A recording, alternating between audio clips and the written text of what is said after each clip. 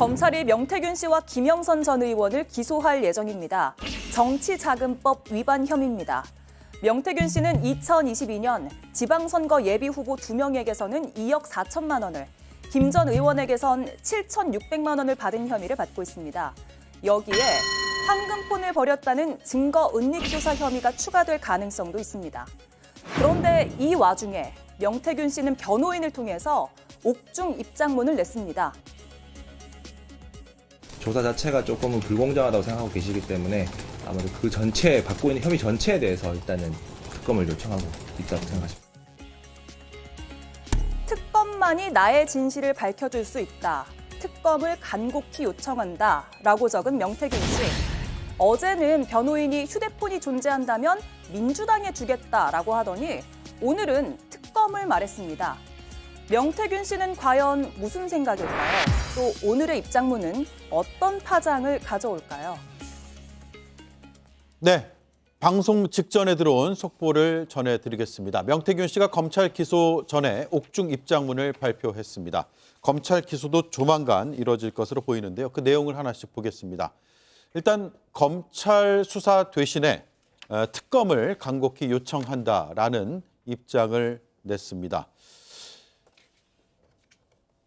네, 특검만이 나의 진실을 밝혀줄 수 있다라는 입장도 냈는데 검찰 조사를 받으면서 모든 돈들이 강혜경, 김태열, 또 미래한국연구소로 흘러갔고 그 돈들이 사익을 위해서 사용된 것을 확인됐다라고 주장을 했습니다. 그리고 미래한국연구소 실소유주가 명태균이라는 증거를 단 1%도 검찰은 제시하지 못했다.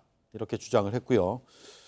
그럼에도 불구하고 명태균 본인을 기소하면서 공천 대가 뒷돈이나 받아먹는 잡범으로 만들어서 꼬리 자르기에 들어갔다라고 밝혔습니다. 그러면서 마지막으로 부끄러운 아버지는 될 수 없다는 결심에 이르렀다. 그래서 특검을 강력하게 요청한다라고 끝맺음을 했는데요. 여러 의미심장한 부분이 있습니다. 꼬리 자르기라는 부분이 등장하고요. 부끄러운 아버지가 될 수 없다라는 결심에 이르렀다라는 것이 어떤 의미인지 하나씩 짚어보겠습니다. 김윤정 의원 보시기에 가장 눈에 띄는 부분은 어느 지점입니까? 무엇보다 특검을 강력히 요청한다. 거의 앞에도 특검을 간곡히 요청한다가 있고요. 말미에도 강력히 요청한다라고 주장을 하고 있거든요. 예. 그런데 우선 옥중 입장문이라는 거를 딱 들었을 때 명태균 씨가 무슨 민주화 운동을 한 사람도 아니고 독립운동한 사람도 아니잖아요. 그래서 본인이 억울하다고 지금 입장 표명하는 것 같은데 뭘 잘했는지 일단 묻고 싶고요. 두 번째는 본인이 억울함을 굉장히 호소하고 있는데 강혜경 씨나 이제 김태열 씨는 사실 공익 제보자로 지적이 된 분들이고 그분들 말고 본인만 이렇게 구속 또 이제 기소를 앞두고 있다는 점에서 굉장히 억울한 모양이에요. 그러니까 이제 특검을 통해서 꼬리 자르기 하지 말고 모든 걸 밝혀달라 이런 입장인 것 같은데 네. 마치 어떤 생각이 드냐면 주가 조작 2차 그 주포였던 사람 김 씨였죠. 그 사람이 김건희 여사는 빠져나가고 우리만 달려들면 어떡하지? 이런 식의 걱정을 했었잖아요. 예. 딱 거의 그 장면을 보는 것 같은 그런 생각이 들었어요. 그러니까 이 사건의 실체가 밝혀지지 않고 본인 선에서 김영선 의원과 본인 선에서 이게 끝나는 거 아닌가라는 그런 두려움도 있는 것 같은데 네. 모르겠습니다. 마지막에 딸에게 자랑스러운 아버지, 부끄러운 아버지는 안 되고 싶다고 했는데 이미 부끄러운 모습 보였고요. 저는 그 황금폰 세계가 여전히 있다면 그걸 없앴을 것 같지는 않거든요. 도저히. 그게 마지막 본인이 가지고 있는 기댈 곳이라고 생각했고 변호사라고도 했으니까요. 그거를 밝히고 모든 것을 다 밝히고 국민들에게 용서를 구하는 것 예. 그것만이 그 부끄럽지 않은 아버지가 되는 길이라고 생각하고요. 어쩌면 용산에 보내는 마지막 시그널이 될 수도 있다는 생각이 드는데 그 진정한 속내야 본인만이 알 수 있겠죠. 예. 용산에 보내는 마지막 시그널이 될 수도 있다. 정광재 위원은요? 몇 가지 키워드 봤습니다. 특검, 또 사익, 잡범, 그래서 특검을 강력히 요청한다. 사실 특검이라는 것이 우리나라 사법 체계에서 굉장히 이례적인 거죠. 여러 사안에 대해서 모두 특검을 적용할 수는 없기 때문에 명태균 씨가 이렇게 특검을 간곡히 또 강력히 요청한다고 해서 특검이 실제로 관철될 것이라고 기대하고 있는지는 잘 모르겠습니다. 근데 아마 이렇게 요청하는 것은 명태균 씨 본인은 자신이 굉장히 억울한 상황에 있다. 그리고 윤석열 대통령과 혹은 김건희 여사가 자신의 이런 공공한 위치에 놓이게 된 것에 대해서 일정 정도 좀 도움을 줄 수도 있을 것 같은데 그렇지 않다는 점에 대한 서운함과 일정한 배신감 이런 것들을 읽을 수 있는 입장문이 아닐까 생각합니다. 그러나 지금 배신감을 가장 크게 가져야 할 사람은 저는 역으로 윤석열 대통령 내외라고 생각합니다. 본인은 윤석열 대통령 당선을 그림자처럼 도왔다라고 얘기하고 있지만 실제로 그림자처럼 도와서 얻으려고 했던 사익이 있었다는 게 지금 수사 결과 하나 둘씩 드러나는 것 아니겠습니까? 자신의 정치적 영향력을 지역에서 확대한다든가 경제적으로도 일정 부분 이익을 얻으려고 했던 행위들에 대해서 그거에 대한 가장 큰 배신감은 저는 윤석열 대통령 내외가 명태균 씨가 아무 대가 없이 돕는다고 생각했는데 결국엔 이런 뒷거래를 하고 있었구나라는 생각을 한다면 오히려 피해자라는 측면도 듭니다. 네. 김영현 의원님. 네. 지금 꼬리 자르기라는 표현을 썼어요. 네. 저에게는 본인은 꼬리다. 몸통이 따로 있다로 읽히는데 몸통은 누굴까요?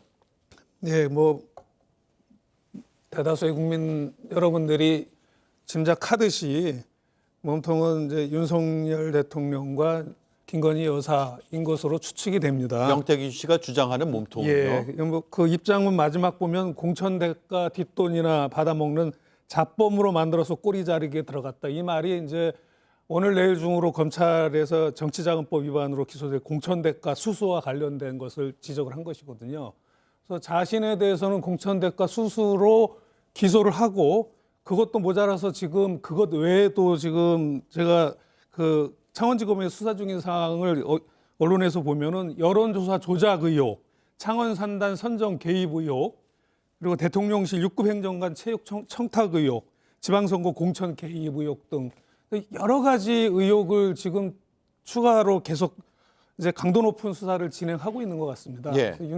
명태균 씨 입장에서는 이거 진짜 몸통 내가 공천 대가로 기소가 됐으면 몸통은 공천 개입을 한 윤석열 대통령과 김건희 여사인데 그 두 분에 대해서는 검찰이 손을 놓는 것 같은 것을 아마도 감지한 것 같아요. 그런 상태에서 이것을 이제 특검 운운하면서 내놓으면서 아마도 그 윤석열 대통령에게 딜을 대놓고 제안한 것이 아닌가라는 생각이 듭니다. 창원지검장이 우리 흔히 말하는 그 윤석열 대통령의 호위무사로 알려져 있습니다. 그리고 명태균 씨는 아직도 검찰이 윤석열 대통령의 수중에 있는 것으로 생각하고 있는 것 같습니다. 그래서 지금 이 순간까지도 윤석열 대통령에게 이런 입장문을 통해서 공개적으로 딜을 제안하고 있는 것이 아닌가 그렇게 추측이 됩니다. 예. 어제 명태균 씨의 변호인이 언론에 이런 얘기를 했습니다. 이른바 황금폰이죠. 폰이 있다면 검찰에 제출하지 않을 것이다. 민주당이나 혹은 언론을 통해서 국민들에게 제시할 것이다. 이런 입장을 밝혔거든요. 그리고 오늘 이런 입장문까지 나왔습니다. 물론 변호인이 개인 의견임을 전제로 했지만 자신의 이 사건 의뢰인인 명태균 씨의 의사에 반해서 했을 리는 없다라는 것이 많은 분들의 분석이었거든요. 김영남 의원님. 네. 부끄러운 아버지가 될 수는 없다는 결심에 이르렀다. 결심이라는 게 굉장히 강렬하게 저는 와닿았는데 추가 폭로 가능성 혹은 휴대전화가 존재한다면 그것을 공개할 가능성도 있다고 보세요? 근데 여전히 오늘 이제 그 입장문에 특검을 요청하는 것은 사실은 속내는 제가 봐도 정말 특검 수사를 원한다기보다는 뭐 용산의 대통령실을 향한 협상용 내지는 협박용의 의미가 더 강해 보입니다. 그러니까 지금 기소가 되는 정치자금법 위반 말고 그보다 훨씬 굵직한 그 이슈인 공천 개입, 그리고 여론조사 조작, 그리고 창원 산단 등 국정 개입 부분에 대해서 명태균 씨 개인 입장에서는 검찰이 이 부분도 수사를 하고 있는 거에 대해서 대단히 불안감을 느끼고 있는 것이 아닌가 싶고, 그러다 보니까 용산을 향해서 SOS를 마지막으로 치고 있는 것 같은데 네.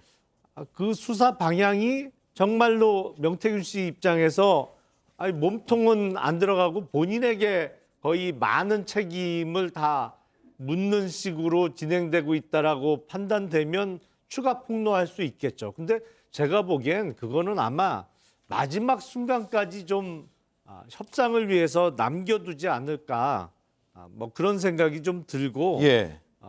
뭐 본인의 입장에서는 지금 잠시 구속되고 하루라도 빨리 이제 석방되는 것을 목표로 전략을 세우고 있는 것으로 봐서 정말로 진실을 다 숨김없이 밝히는 것은 조금 시간이 많이 소요되지 않을까라는 생각이 듭니다. 예.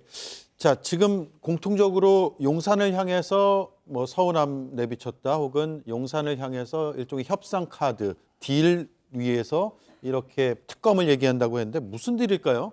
말씀하신 대로 지금 구속 상태에서 수사를 받고 있고 1차로 기소가 될 텐데 지금 상황에서 혐의를 축소할 수는 없을 것이고 무엇을 딜을 할 것이냐가 궁금해지는데 석방 뒤에 불구속 상태에서 수사받는 것을 원하는 걸까요? 어떤 판단일까요? 개인적으로는 지금 여러분들 다 말씀하신 것처럼 특검을 요구한다든가 아니면 황금폰을 야당에 제출할 수도 있다라고 얘기하는 것 자체가 용산에 어떤 식으로든 뭐 뒷거래를 하고 싶다라는 의지의 네. 표현이라고 보는데 거기에 가장 큰 뭐 기본적인 욕구는 그거겠죠.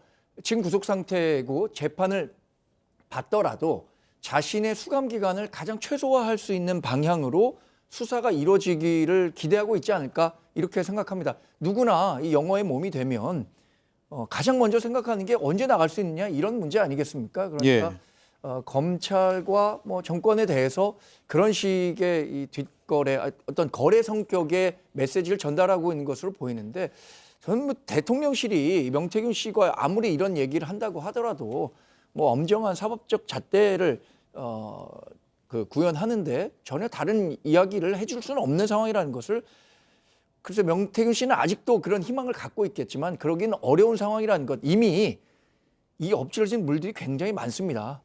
대통령실이나 검찰이 이것을 다 뭐 다시 넣으려고 하더라도 그 엎질러진 물을 원상태로 복귀할 수는 없는 거죠. 예.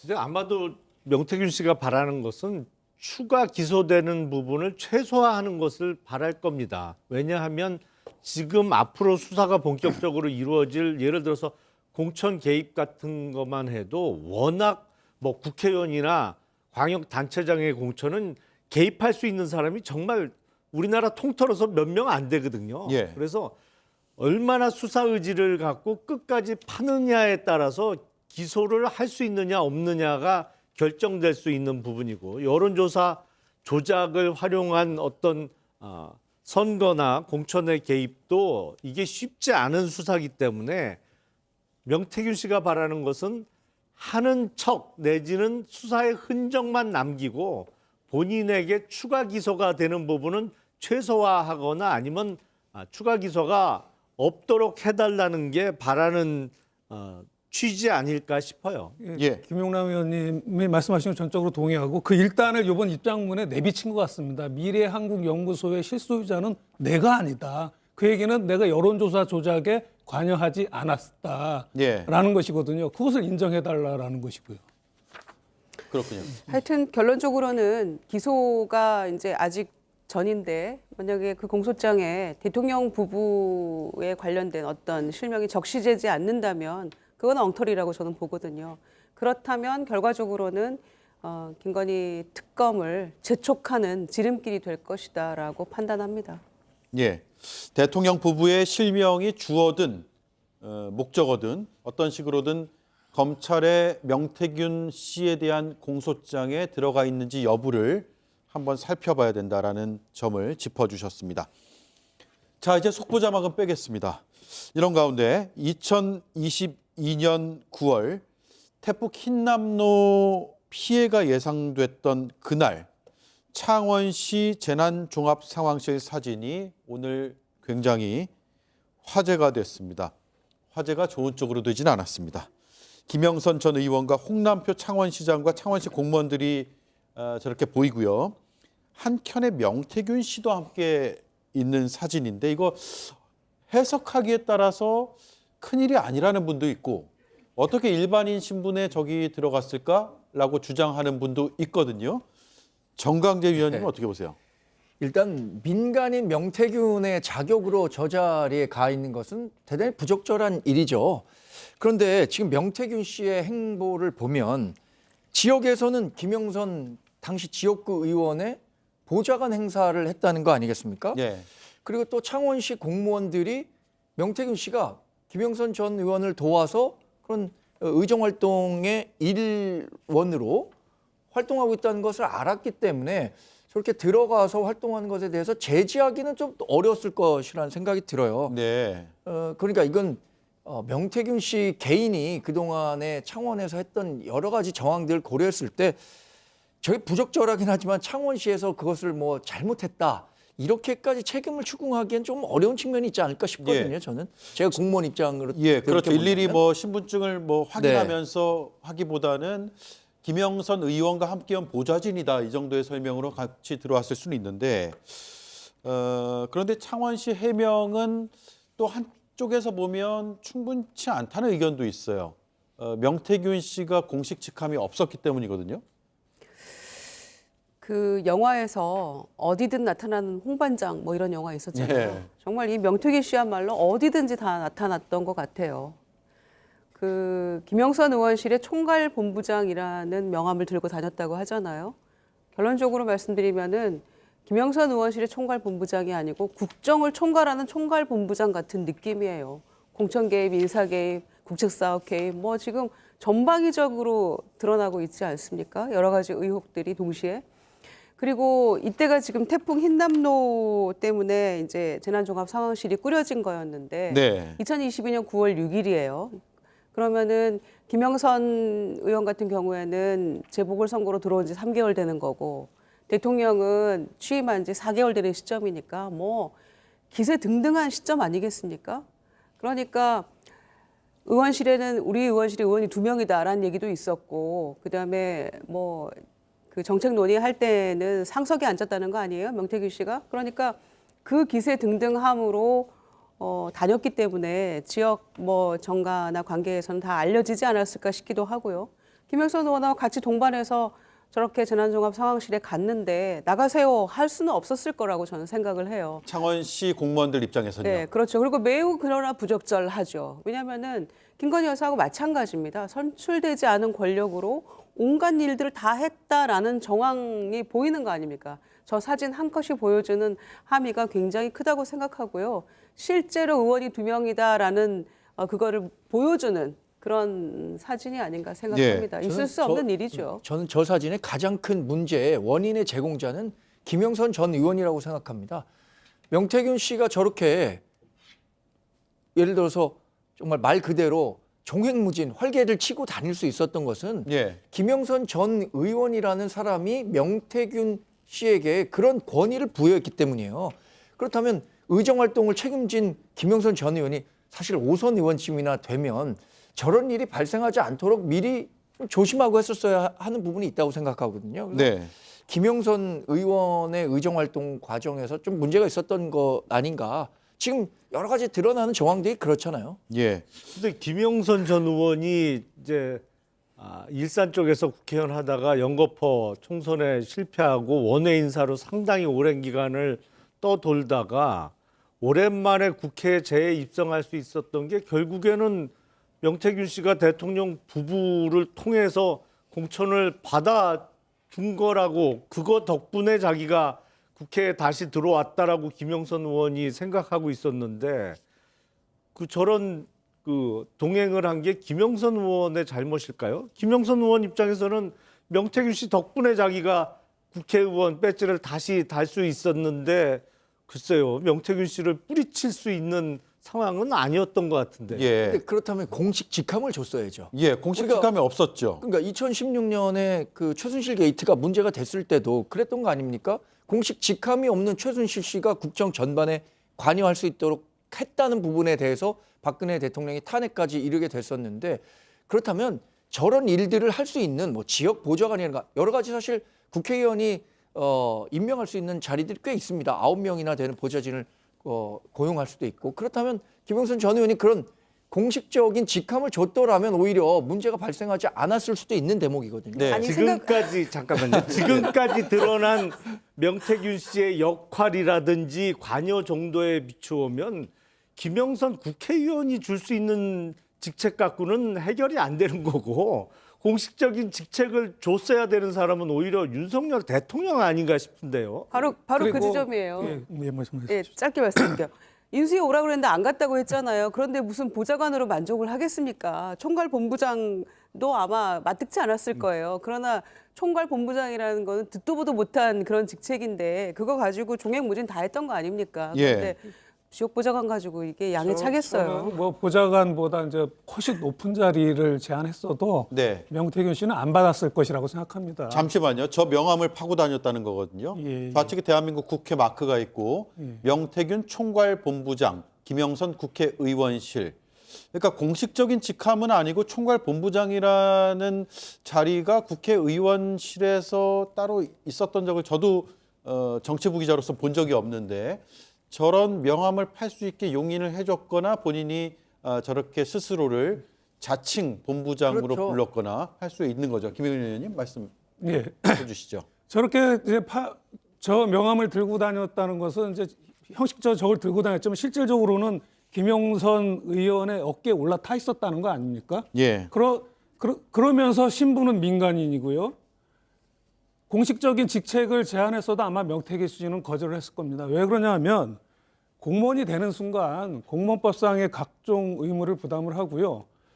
그 민간인일 때 쉽게 주고받는 돈을 공무원이 된 순간은 뇌물로 변합니다. 예. 그렇게 되네요. 예, 예. 보좌관으로 등록이 되면 공무원이니까 문제가 그 때문에 생긴다는 명태균 거죠. 씨는 결코 어떤 공식적인 직책을 받는 것을 원하지 않았을 것입니다. 그렇게 되면은 네. 자신이 개입할 수 있는, 자신은 이권에 개입하려고 여론도 조작을 해서 대통령을 만들었고 그만큼 막후 실력자가 됐는데, 그렇게 공적 관념도 없고 관념이 없는 그런 사람이 왜 그런 일을 했겠습니까? 결국은 개인의 이익을 취하기 위해서인 거거든요. 이권 개입이 목표였던 겁니다. 예. 자, 그래서 공무원들이 저런 명함을 제시하면은 안 들여보낼 수는 없을 것 같다는 생각이 들긴 하지만, 저 사진의 핵심은 아마 그거 아닌가 싶어요. 선출되지 않은 자가 태풍 상황을 점검하는 듯한 모습을 보였다는 그 점인 것 같습니다. 김웅남 의원님, 네. 어제도 사진 한 장 공개돼서 발칵 뒤집어졌잖아요. 창원 산단 축하 회합 사진인데, 지금 그동안에는 패턴이 명태균 씨의 녹취가 나오면서 그 녹취의 의미가 무엇이냐, 등장하는 인물이 누구냐였다면 이제는 사진이 하나씩 나오고 있어요. 그러니까 저 사진의 장소가 아마도 지금 약간 블라인드 처리되어 있습니다만, 오세훈 시장의 후원자로 알려져 있는 김한정 회장의 별장에서 찍은 사진 아닌가 싶은데요.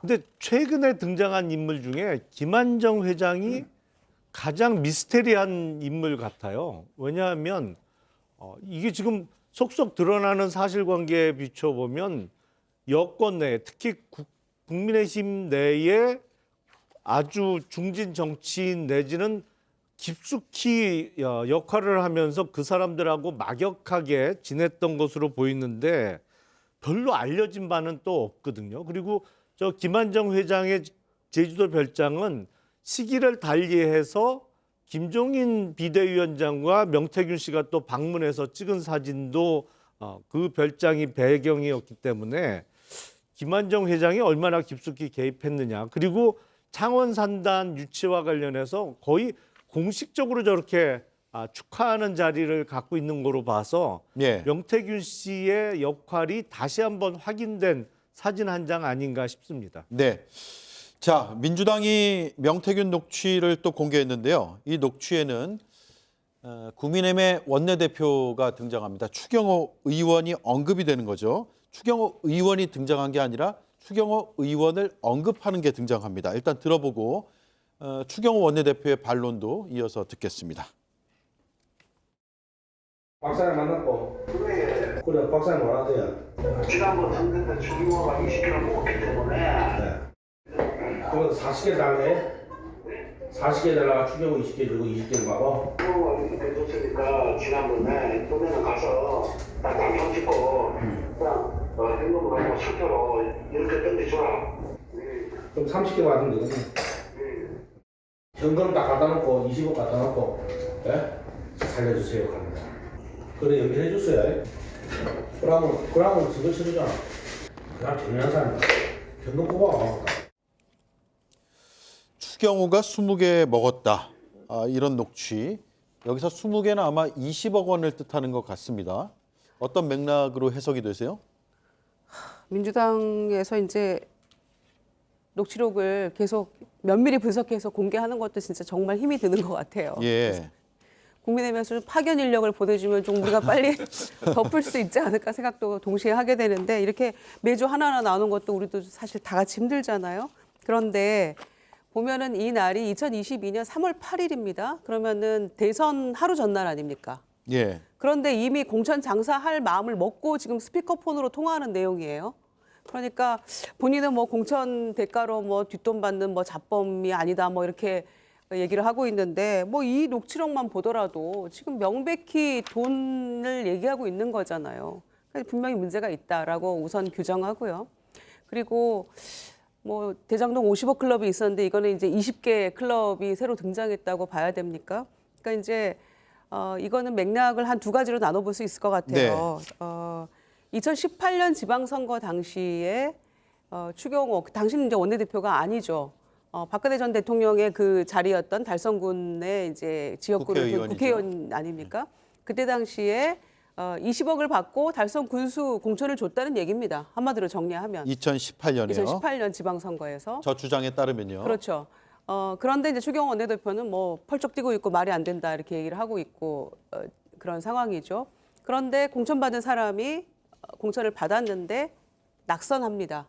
그러니까 이제 공천은 원래 조금 더 그 가능성이 있었던 후보는 탈당해서 무소속으로 나오는데 당시에 민주당 후보도 없고 해가지고 그 무소속 후보가 당선이 되고 녹취에 따르면 20억을 주고 공천을 받았는데 그 사람은 낙선하는 거죠. 예. 자, 그리고 나서 이 지금 녹취는 2022년 지방선거를 겨냥한 돈의 뭐 이런 얘기가 나오는 겁니다. 그때 당시에는 추경호 의원에게 20억을 주고 20개를 주고 공천을 받았었던 건데 이제는 그 사람이 명태균 씨를 통해서 뭔가 공천을 받으려고 지금 줄을 대는 상황인 것 같아요. 녹취가. 그래서 그런데 여전히 추경호 의원은 그 달성군의 지역구 의원이기 때문에 지난번엔 돈 줬는데 이번에 입 닦을 수 없는 거 아니냐. 그러면 문제가 생길 수 있기 때문에 10개로 막고 20개 정도 더 주면 그걸로 뭔가 연결을 해보겠다. 연결을 해줬다. 그렇게 지금 설명을 하고 있는 겁니다. 그러니까 이거 진짜 심각한 문제죠. 일단 2018년 거는 추경호 원내대표가 아무리 펄쩍 뛰어도 이건 수사해서 밝혀야 될 부분이 있는 것이고요. 두 번째 여기는 명태균 씨가 이제는 추경호 의원이 아닌 다른 사람을 통해서 공천을 연결을 해주는 그런 얘기를 김태열 전 미래한국연구소장, 당시 연구소장이었죠. 그 사람하고 명태균 씨가 서로 지금 10개니 20개니 40개니 이래 가면서 10억, 20억, 40억으로 추정되는 얘기들을 하고 있는 그런 장면이죠. 그러니까 누구의 뒷배를 안고 당의 공천에 그리고 지방선거가 이제 석 달 남았지만 대선 하루 전날 이렇게 기세등등하게 이런 얘기들을 할 수 있었을까?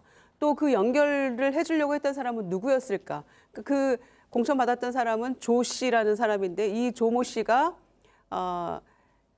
2022년에는 명태균 씨를 통해서 누구의 뒷배를 안고 공천을 받으려고 이렇게 노력을 했던 건가? 물론 그 조모 씨는 상당한 자산가로 이제 알려져 있는데 하여튼 돈 주고 공천 받으려는 그 중간에 명태균 씨가 지금 이렇게 상당히 적극적으로 개입을 했고 그런 흔적을 보이고 있는 녹취록으로 저희는 보고 있습니다. 네. 자, 그러면 추경호 원내대표의 반박을 듣겠습니다. 터무니없는 엉터리 가짜 뉴스라고 오늘 딱 잘라서 얘기했고요. 법적 조치도 예고했습니다. 그 뉴스 자체가 터무니없는 엉터리 가짜 뉴스입니다. 어제 단독으로 한 거에 대해서 매우 유감스럽게 생각한다는 말씀을 드립니다. 저는 명태균 씨를 이번 최근에 문제가 되면서 뉴스를 접해서 처음 이름을 알게 된 사람입니다. 이 부분에 관해서 확인 없이 보도하거나 확대 재생산할 경우에 명예훼손 등 법적 조치와 언론 중재에 제가 강력한 법적 조치를 한다 하는 말씀을 참고로 드립니다. 예, 정광재 의원님. 예. 당에서의 입장은 뭐 추경 원내대표가 직접 밝혔으니까 저 정도로 생각을 하면 되겠죠. 오늘 그렇지 않아도 제가 추경 원내대표를 원내대표실 앞에서 뵀었는데 우선 황당하고 예, 또 억울하고 또 격앙된 반응이죠. 왜냐하면 추경호 원내대표가 지금 얘기한 것처럼 본인은 명태균 씨와는 일면식도 없고 전화번호도 모르고 전혀 연락한 적도 없는데 명태균 씨는 자신의 이름을 팔아서 지금 여러 얘기를 하고 있단 말이에요. 예. 그것도 본인은 20억 원을 받았다는 이야기가 그런 그 돈이 왔다 갔다 하는 얘기를 하고 있지만 추경호 원내대표는 그런 일이 없다고 얘기를 하고 있는 거 아닙니까?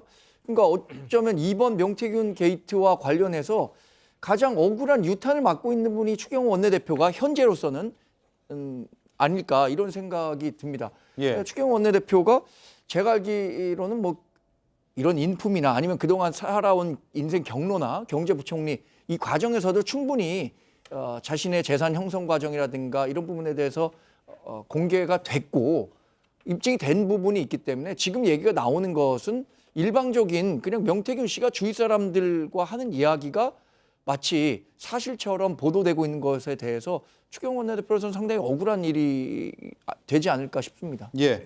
자, 두 법조인은 어떻게 보십니까? 이게 신빙성이 있고 수사의 단초가 될 거라고 보세요? 예, 뭐 지금 추 대표께서 뭐 아니라고 했지만 평소 그 모습과는 다르게 좀 부자연스러워 보이는 것 같더라고요. 표정이나 이런 것들이.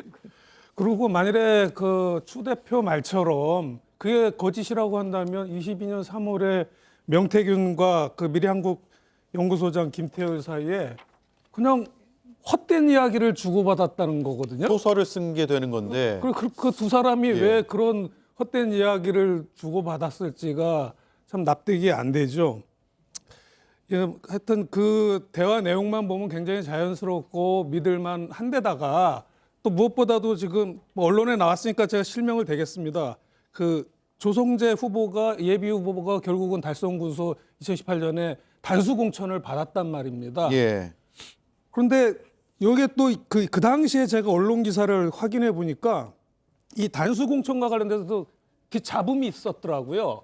어떤 잡음이 있었냐면은 이제 대구 시당에서는 현역 기초자치단체장이었던 당시 김문호 달성군수를 이제 교체 지수를 적용해서 컷오프라고 단수 공천을 한 거거든요. 네. 근데 왜 이것에 대해서 컷오프했냐 옳지 않다라고 하면서 재심을 중앙당 공간위에서 요구를 했더라고요. 대구시당 관계자에게. 그래서 이런 석연치 않은 점이 있고 또 하나는 이 무렵에 단기간에 20억이라는 재산 증거가 있었습니다. 이것에 대해서 물론 추 대표는 해명을 하긴 했지만 그 시기가 겹쳐서 20억의 재산이 증가됐다는 것도 좀 이상하고요. 아, 재산 증가가 나타났나요? 그 언론을 보니까는 그 20억 단기간에 20억이 증가됐고 그것에 대해서 뭐 지가 상승했고 뭐 증여를 받았다라는 해명이 있었더라고요. 예. 그래서 이런 모든 걸 보면은 이 두 사람의 대화가 없는 이야기일까라는 생각이 들었습니다. 네. 사실 이것이 진실인지 아닌지는 아주 간단하게 자금 행방만 쫓으면 아주 쉽게 확인이 될 수 있거든요. 예. 자, 그 돈 문제 제가 잠시만요. 지금 추경호 원내대표는 그 돈에 대해서 재산이 늘어난 건 고맙게도 문재인 정부가 집값 폭등시켜서 공시지가가 상향된 것이고 또 증여를 받은 것이다라는 입장을 나타냈다는 점 좀 보완해 설명을 제가 해주시죠. 설명을 좀 드리겠습니다. 추경호 원내대표가 2022년 5월에 윤석열 정부 초대 경제부총리로 지명됩니다. 이때 인사청문회 과정에서도 그동안 추경호 원내대표가 신고했었던 자신의 재산과 관련한 의혹이 불거졌고 이에 대해서 충분히 소명을 했습니다. 뭐냐면 2017년 11월에 추경호 원내대표의 장모로부터 본인과 배우자가 대략 5억 원 내에, 각각 5억 원 내입니다. 증여를 받았고 이에 대한 증여세 9천여만 원도 다 완납했다. 이렇게 얘기하고 있습니다. 네. 이때 이제 현금으로 거의 10억 정도가 늘어난 거고요. 그리고 부동산 공시지가가 오르면서 자신의 재산 가액이 신고 금액 기준으로 대략 한 20억 정도 늘어난 것이지 누가 부정한 돈을 받은 것을 자신이 현금이 이렇게 늘었다고 신고를 할까? 공직자 재산 예. 신고에 넣겠습니까? 이거 네. 상식적으로 이야기가 되지 않는 김영현 부분이죠. 위원의 분석은 언론 보도에 그런 내용들이 그러니까 재산 증가 내용이 있어서 유추해 볼 수 있다는 이제 해석의 네, 영역으로 지금 말씀하신 거고요. 김영현 위원님, 김용남 위원님 김용남, 죄송합니다. 오늘 숫자도 많이 나오고 헷갈려가지고 죄송합니다. 저도 뭐 추경호 원내대표의 도덕성을 믿습니다만 사실은 이 공개된 녹취 파일의 내용에 의하면 제가 보기엔 추경호 원내대표가 명태균 씨를 알고 있었느냐 모르는 사이였냐는 전혀 핵심 내용하고 아무 상관없습니다. 제가 보면 여기서 추경호 원내대표하고 인연이 있던 사람은 이른바 박 사장이에요. 실명이 다 드러나지는 않습니다만 예. 그러니까 지금 2018년 지방선거 때 어떤 공천 대가가 오고 갔다면 거기에 관여된 것은 당사자 빼고는 처음에 언급된 박 사장입니다. 예. 왜 이렇게 사장이 많이 등장할까요? 다들 사장이죠. 뭐. 예. 그러니까 지금 추경호 원내대표가 자기는 명태균 씨를 이번에 기사 나고 알았다는 것은 해명하고는 아무 상관없는 내용이에요. 그렇겠네요. 저 박 사장이 2018년 상황이니까요. 그렇죠.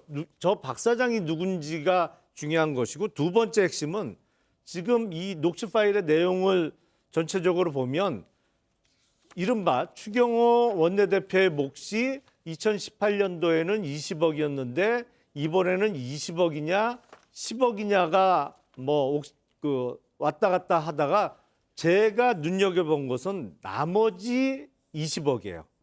지금 그러니까 추가로 공천권을 갖고 있는 국회의원 목 빼고 20억이 얘기가 언급이 계속 되거든요. 예. 그러면 이 20억은 무슨 대가였느냐? 정말로 명태균 씨나 김태열 씨를 보고 주는 20억이었겠느냐? 만약에 논의가 있었다면 그렇게 보긴 힘들죠. 그러니까 여기서 언급되는 국회의원 목 빼고 나머지 20억이 어디로 갈 돈이었느냐? 실제로 수수가 됐다고 하면 이게 결국에 수사의 핵심이라고 좀 봅니다. 네. 제가 두 가지 정도만 말씀드리면 그래서 그 20억을 갖다 놓고 살려주세요. 현금 막 뽑아오더라고 재미난 사람이야. 이런 설명이 있어요. 그래서 연결을 해줬어요. 라고 얘기를 하잖아요. 누구에게 연결했는지가 이제 그 지점이 수사의 그 포인트가 돼야 될 것 같고요. 또 하나는 이 대화의 내용이 2022년 3월 8일 날 이루어진 거잖아요. 그런데 민주당이 2024년 12월에 이거를 공개를 합니다. 그런데 민주당이 공개할 줄 알고 2년 9개월 뒤에 이걸 공개될 줄 알고 없는 얘기를 그러면 이 두 사람이 하겠습니까? 예. 스피커폰으로? 그러니까 이게 말이 안 되는 거죠. 그러니까 엉뚱한 얘기를 하고 있지도 않은 얘기를 하고 있다라는 추경호 원내대표의 그 주장은 상당히 설득력이 떨어지는 그런 얘기예요. 그래서 이거는 수사가 반드시 필요하다라고 보고요. 두 번째는 이 대화에는 명태균, 그다음에 김태열, 또 다른 박 사장이 지금 추경호 의원이 20개 먹었다 이런 얘기를 하는 사람 아닙니까? 그렇게 얘기를 풀어나가는데 이 세 사람에게 문제 제기를 하고 고발이 이루어져야 되는 거지. 추경호 원내대표의 그 말이 진실이라면 예. 왜 언론을 향해서 이렇게 얘기를 합니까? 언론 가만두지 않겠다, 법적 조치하겠다 이렇게 화낼 일이 아니에요. 민주당에서는 면밀히 분석해서 이 녹취록을 공개를 한 거고 이 정황이 이런 정황이라고 설명을 했는데 왜 언론에 대해서 이렇게 얘기를 합니까? 이 여기 등장하는 3명에 대해서 문제 제기를 하고 고발을 하더라도 해야 되는 점이라는 거를 저는 강조해서 말씀드리고 싶습니다. 네. 민주당에서는 매우 구체적인 상황이 벌어졌고 수사 통해서 시시비비를 가려야 된다. 수사 필요성 강조하기 위한 실명을 밝혔다라는 점도 밝혔는데 일단 이 정도의 또 의혹이 불거졌기 때문에 수사가 불가피해 보일 것 같긴 합니다. 물론 검찰의 수사 의지가 어느 정도 있느냐에 따라서 달라지겠지만요. 그리고 다시 한번 짚어드리면 추경호 원내대표는 엉터리 가짜 뉴스다. 명태균은 최근 뉴스를 통해 처음 이름을 알게 된 사람이다. 가짜 뉴스는 강력하게 법적 조치를 하겠다고 오늘 입장을 냈다는 점을 제가 다시 한번 강조하면서 이 이슈는 정리를 하죠.